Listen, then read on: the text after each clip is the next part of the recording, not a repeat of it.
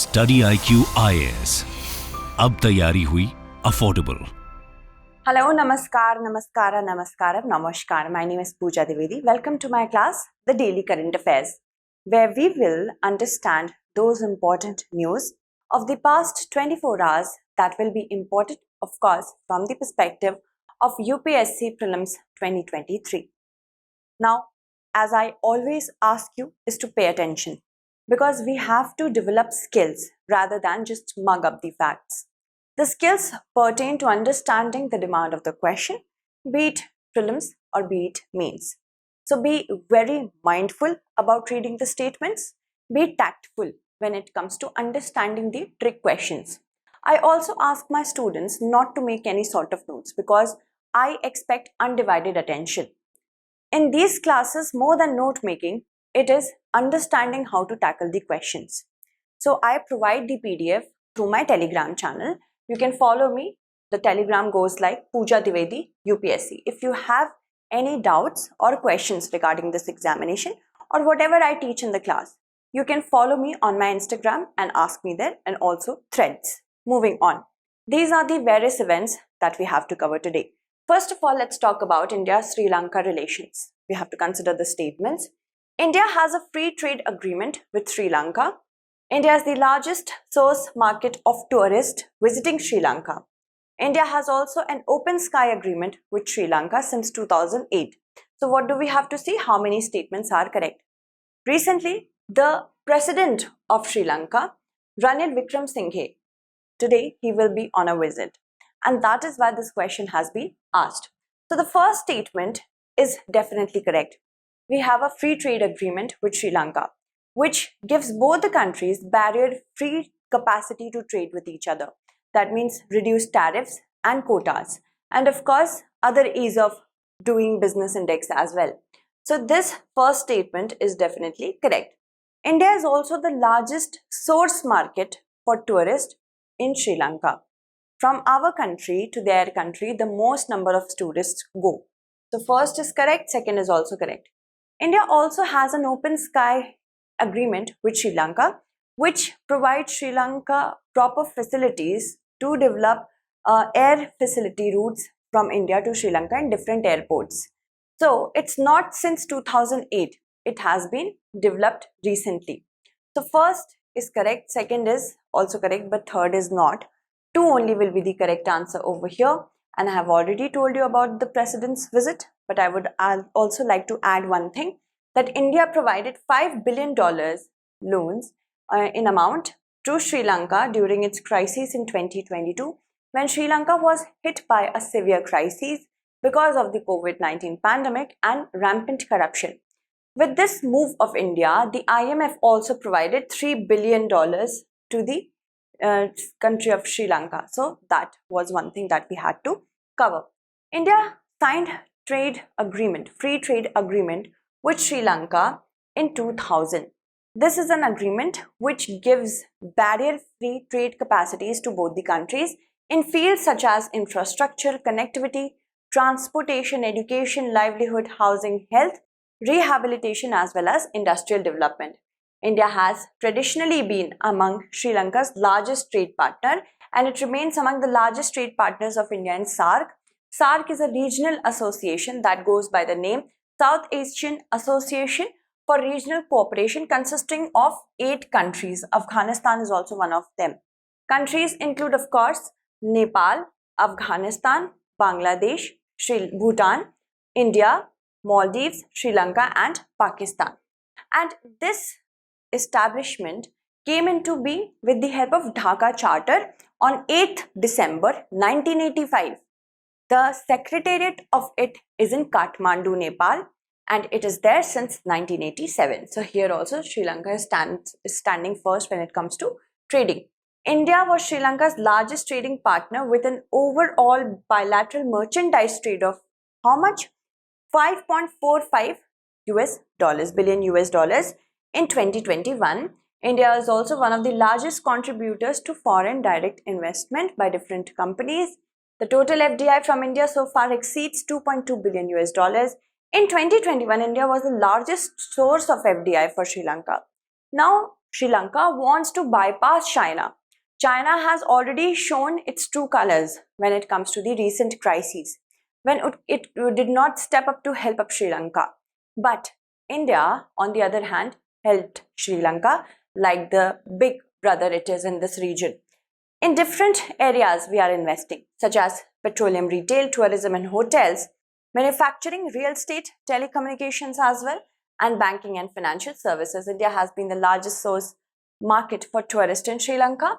We also had developed an air bubble agreement after the hit of the COVID-19 pandemic. An air bubble agreement was signed in 2021, which are temporary arrangements when regular flights are not in place. So Sri Lanka was one of the very few countries with which India had an air bubble.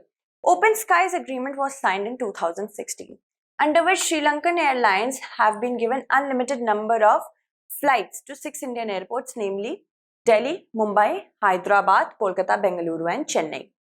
Now, questions that are related to map, I cover in the classes Map and News. I have covered 2 classes. You can watch these 2 classes and garner information about the maps, because maps have become very important when it comes to UPSC prelims. Moving on, consider the following statements. Statement 1 says Chandrayaan 3 is taking a circuitous route in its journey and it has been utilizing the force of gravity to gain momentum. Statement 2 says the process involves burning of more amount of fuel and takes a longer time to reach the moon. See, Chandrayaan 3 is economic in nature. That means not a lot of money is being spent on fuel. And because of that, what is happening? We are not taking a direct route from the Earth to moon, because it will be in 4 days if we had taken the direct route. But what we are doing? We are orbit maneuvering Chandrayaan 3. We are raising its orbit one by one. After one orbit, the other orbit, and the 5th and final stage orbit will be raised on 25th of July. The landing or the descent will be in a similar manner, and that is why it is taking a circuitous route. That means an indirect route, not a direct route. And that is why it has been utilizing the force of gravity, and once it reaches a certain point, the thrusters help it to thrust itself forward. So first statement is correct, and actually this process involves lesser use of fuel and not more use of fuel. If we had to take a direct route, more amount of fuel, heavier rockets were needed. That is why this particular mission is really economic, and it takes a longer time to reach the moon. That is for sure, because landing is supposed to be by the end of August, supposedly 25th or 24th or 25th August. Why is that? Because we have to keep in mind, if we have to land on the South Pole in a soft landing manner, we need sunlight, and that is why it will be available there. Choose the correct answer using the following codes. So first statement is definitely correct, but second is not. So statement 1 is correct, but statement 2 is incorrect. Yesterday was the Moon Day, International Moon Day. In order to mark the anniversary of the first landing by humans on the moon as a part of the Apollo 11 mission on the same day in 1969, the General Assembly declared it to be observed as the International Moon Day. But of course, the remarkable achievements of the peaceful use of outer space, this is also another reason we are doing so. And this was declared only in the year 2021, this day. Earth's moon is 5th largest out of all the 200 plus moons in our solar system. Earth's moon, Earth's only natural satellite, that is the moon, it is simply called the moon. Why? Because it was before Galileo Galilei discovered 4 moons orbiting Jupiter in 1610. Before that, we thought that we have only our planet has a moon, but Jupiter also has moons: Io, Europa, Ganymede and Callisto. And in order to study these particular moons, 3 moons specifically, the JUICE mission has been launched. Remember that, JUICE. Moving on. Now, NASA currently has 3 robotic spacecrafts which are exploring the moon: Lunar Reconnaissance Orbiter, It's an orbiter, that means it's in the orbit. And twin Artemis spacecraft. This is not to be, you can say, confused with the Artemis mission that will put humans back on the moon, specifically one woman and one person of color. Moving on. Now to the next part is about Earth's moon. It's all given here. It's the fifth largest. We have the fifth largest moon in our solar system. And as you can see, this Vikram lander, once it makes a soft landing on the south pole of the moon, if we do that, we will be the first ever country to achieve a soft landing on the south pole of the moon. It will ensure the landing of the or coming out of the Pragyan rover, and then the rover will be doing the roving capacity show. And of course, we have to keep in mind, we have not sent the orbiter in this mission because of the proper working of the Chandrayaan-2 orbiter. Chandrayaan-3 is taking a circuitous route. As you can see, we are moving from orbit to orbit. We have completed 3 orbits, and now finally yesterday it was elevated to the fourth orbit through maneuvering, then the 5th and final orbit, and then we will go to the moon, and similarly we will land orbit by orbit like this. Alright, moving on. Consider the following statements. A general scheme of sittings was recommended in 1955 by the General Purpose Committee of the Lok Sabha, which was accepted by the government of Prime Minister Nehru. The summoning of the parliament is specified in Article 85 of the Constitution, and it is based on the provision of the Government of India Act 1935. The monsoon session has begun. That is why this question has been asked. So which of the statements given above is or are correct? See, countries such as USA, Canada, UK, they have a fixed parliamentary calendar, but we do not. By convention, we have to ensure that the parliament meets 3 times a year, and that has been through a convention. We do not have any fixed parliamentary calendar like these countries. So it was thought that a general scheme of sittings should be there, and it was recommended in 1955. It was also accepted by the government of PM Nehru, but it was never implemented. So first statement is definitely correct. The summoning of the parliament is rooted in Article 85 of the Constitution, and the Article 85 of the Constitution takes its roots from the Government of India Act 1935. But the parliament during the colonial times used to meet 1 time a year, and that was of course to escape any sort of accountability and just to collect revenues. So Dr. B.R. Ambedkar said that we are not going to do that. We are not a colonial government, we are a democratic government, and we should be more accountable to the people of India. So through these 3 sessions, the government is held accountable by the parliament. That is why the raising of so many issues and addressing them is important through these sittings. So first is correct, second is also correct. Both 1 and 2 will be the correct answer. The power to convene the parliament lies with the government, and the government makes that decisions on the basis of the decision of the cabinet committee on parliamentary affairs, but the summoning is done in the name of the president. Okay, it is formalized by the president in whose name the parliamentarians are summoned. India doesn't have a fixed parliamentary calendar. By convention, it has 3 sessions per year.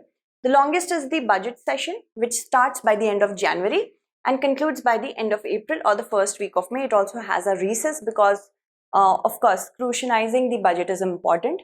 The second session is the 3-week monsoon session starting by the end of July and going through August. And the parliamentary year ends with 3-week long winter session that goes from November to December. And the general scheme of sittings was recommended in 1955, but it was not implemented. It was although accepted. And as I told you that Article 85 itself is based upon the Government of India Act 1935. The provision specified that the central legislature had to be summoned to meet at least one time a year. This particular act, I have told the history of that as well. US, UK, Canada, they have parliamentary calendars, and the parliaments are in session throughout the year. On average, the sitting days of these legislature, they range between 100 days for the US Congress and 150 for the British Parliament. Now, if you like the way we teach, you can take the full advantage of it through our live classes, which is commencing from tomorrow, that is 22nd of July. These will be evening batches and these will be live in nature. That means the students and the teachers will be able to interact with each other. Not only the classes, you will also be provided many other things such as doorstep delivery of your study material, other than this prelims test series, mains test series, daily answer writing practice which must begin as soon as possible. Other than this, all I would want to add here is the mains residential program.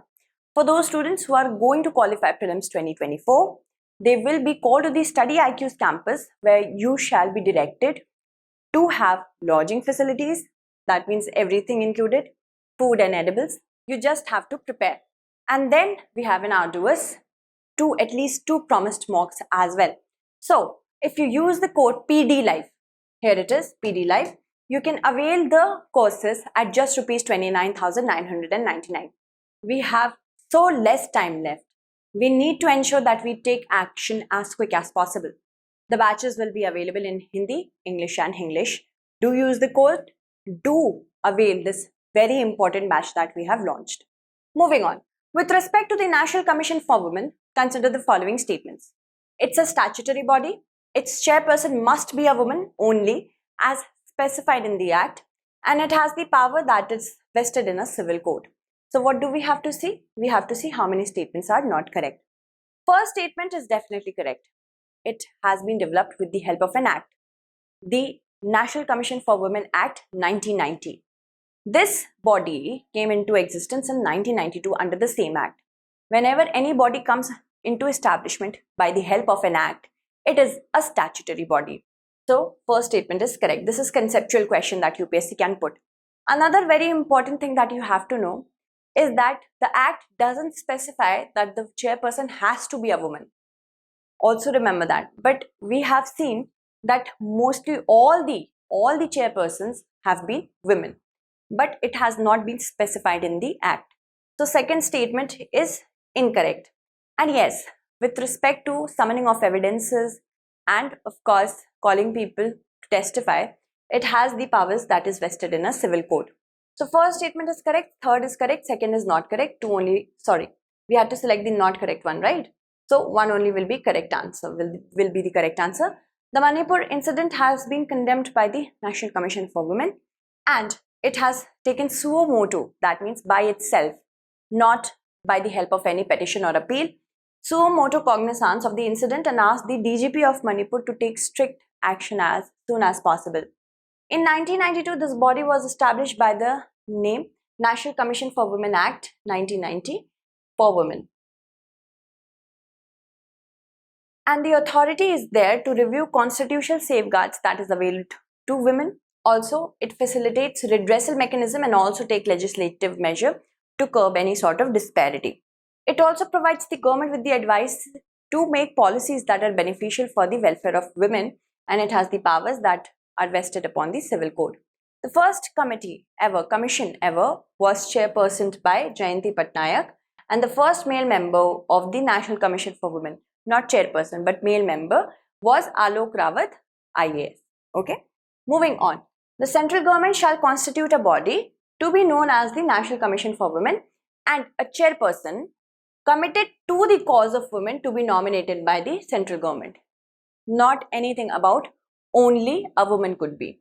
And 5 members are also to be nominated by the central government, provided that at least 1 member each shall be from amongst the person who represents scheduled caste and tribes respectively, and a member secretary also. And as you can see, all the chairpersons have been women. Okay, remember that. Moving on. With respect to the PM Swanidhi scheme, choose the incorrect statement. The vendors can avail the facility of escalation of credit limit on timely or early repayment of loans.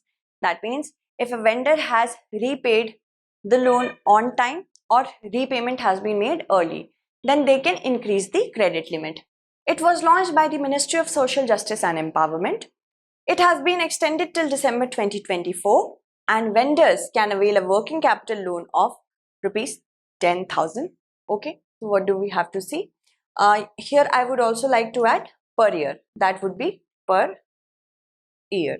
Okay, so here it makes much sense. So the first statement is definitely correct, that if they are making timely payments or more than that if they have made repayment earlier. They can increase the credit limit. This is definitely correct. And it wasn't launched by the Ministry of Social Justice and Empowerment, but Ministry of Housing and Urban Affairs to help the vendors during the crisis of COVID. Although it was there just for the year 2022, March 2022, but it was extended to go till December 2024. So of course, the first statement is correct, second is incorrect, and third is also correct. Fourth is also correct. Per year, the vendor can avail a working capital of rupees 10,000. So the Secretary, Department of Financial Services chaired a meeting which also took into cognizance the success of Swanidhi scheme. This scheme goes by the name of the PM Street Vendors Atmanirbhar Nidhi. It was launched on 1st June 2020 by the Ministry of Housing and Urban Affairs to provide affordable working capital loan to street vendors. That means if they are falling short on cash, as everybody was during the COVID crisis, they could get capital at least to help run their business. And of course, the duration was just March 2022, but it has been increased to go till December 2024 to give enhanced collateral-free, affordable loan corpus. What is collateral-free? That means if I go to the bank, I put an asset in the hands of the bank, then only the banks will give me a loan against that asset. In case I default, I do not pay the loan back, the banks can freely sell my asset in order to compensate for the defaulted loan. But here we get collateral-free loans for the Swanidhi vendors. It also wants to enhance the adoption of digital payments. Right now, what I am observing is almost all the street vendors, they have a QR code at least with themselves. It also wants to provide holistic socio-economic development for the street vendors. A vendor, by the definition of the scheme, is any person who is engaged in vending of articles, goods, wares, food, items or merchandise of daily use or offering services to the public in a street, footpath, pavement or a temporary unit that is built beside a road.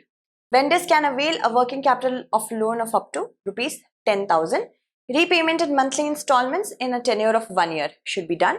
On timely yearly repayment of the loan, an interest subsidy at 7% per annum will be credited to the bank accounts of beneficiaries through DBT on quarterly basis. And there will be no penalty on early repayment of loans. As well as the scheme promotes digital transaction through cashback incentives up to an amount of rupees 100. The vendors can avail the facility of escalation of the credit limit on timely or early repayment of loans. Consider the following: banning of apps, taking down videos, and shutting websites. So how many of the above mentioned actions can the government take under Section 66A of the IT Act 2000? Okay, very tricky this question is. We have seen Chinese apps being banned under the IT Act, particularly an article. So yes, this is there, taking down videos. Recently, the government under an article of the IT Act 2000 has asked the websites to take down the video of Manipur women. That I cannot even say. This is unspeakable to me. And then shutting websites that are not healthy for the security and integrity of the country. These all can be done, but not under the Section 66A of the IT Act, but 69A of the IT Act. So this is the kind of trick that the UPSC examination can give to you. So none will be the correct answer, because 66A has already been struck down by the apex court in the Shreya Singhal case as unconstitutional. Section 69 of the IT Act allows the government to issue content blocking orders. To whom? To internet service providers, telecom service providers, web hosting services, search engines and online marketplace. And it requires the information or content that is being blocked to be deemed a threat to what? If any content is a threat to India's national security, sovereignty or public order. In a landmark 2015 ruling by the name of Shreya Singhal versus Union of India, the court said that Section 66A of the IT Act is unconstitutional because it was violative of Article 19, Clause 1, Subclause A and not saved under Article 19, Clause 2. And this entailed punishment for sending offensive messages through communication devices, communication services. Section 66A of the Information Technology Act 2000 was struck down. although section 69A was also in the question. Okay. The China Plus One strategy is related to a political alliance for the Belt and Road Initiative, a document to find solution for the accession or on the accession of Taiwan with mainland China, and a medical treaty to keep a tab upon upcoming pandemics, or a business strategy to diversify investment. Recently, the WB, World Bank Chief Banga, has said that India is missing out on this opportunity, the China Plus One opportunity. This opportunity is related to a business strategy. We will talk about that. The correct answer will be option D. India has an opportunity to cash in on global companies' effort to build factories outside China, the new World Bank president said on Wednesday. See, recently, we go to like 20 years back, China was the main hub of investment because of its low labor cost and low raw material cost. So most of the MNCs provided manufacturing facilities there in order to develop factories in China for these factors. But what happens that because of uncertainty with respect to Chinese market, as in the strict data protection law, the trade war with the US, other than this, the cost and benefit analysis of opening a company or a factory in China, it was suggested that let's go outside China as well to develop manufacturing facilities or MNCs by the different MNCs. So this is the China Plus One strategy. India is not able to take advantage of it because it has become more protectionist now. But what about Make in India? This is what others are saying, but what about Make in India? Under this, Airbus is also going to manufacture a military aircraft for the first time ever. We also have recently signed a pact with the second country in Quad to have a semiconductor manufacturing plant. So we have to understand we are still going the right way. Countries are also coming to us. It's not just like that we are following in a protectionist policy, but yes, India can do much more than this. So this China Plus One strategy was advised as early as 2013.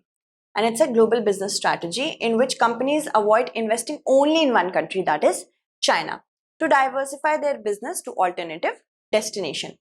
Because of the strict data privacy law, specifically the China's personal information protection law that came into effect in November, it asked the companies to tell them how you are storing data, and the foreign transfer of data was also not allowed. Companies must now get permission to send personal user information abroad. Other than this, the zero COVID policy also dented the supply structure of the entire business ecosystem. So for that as well, this China Plus One strategy is there. And Japan is the second Quad ally to ink a chip pact with India after the USA. So I hope you understood these many topics well. I will provide you the PDF on my Telegram channel. Do subscribe. Thank you. StudyIQ IAS. अब तैयारी हुई affordable.